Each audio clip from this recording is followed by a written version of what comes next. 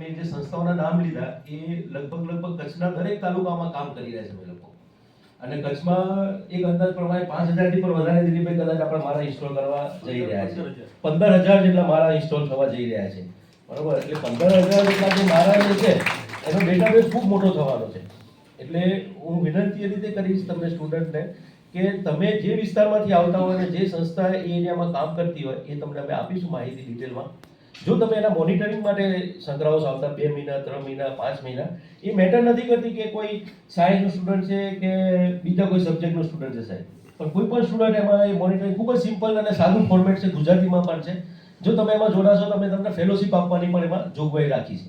બરોબર, એટલે તમારો જે પણ સમય તમે આપશો એ આપણે એને ફેલોશિપના માધ્યમ દ્વારા તમને એ અમે પૂરું કરી શકીએ એમ છીએ. એટલે મહેરબાની કરીને આ પ્રકારના જે પ્રોગ્રામ છે એમાં તમે એક્ટિવલી જોડાઓ એવી અમારી આશા છે.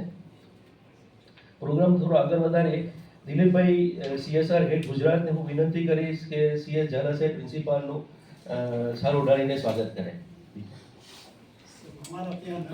ના સાહેબ, પણ તમે જે સાહેબ સ્ટેજ આપેલું છે અમારી વાત મૂકવાનો સાહેબ, એટલે અમારી ફરજ આવે કે વિનયભાઈ જાનીને હું વિનંતી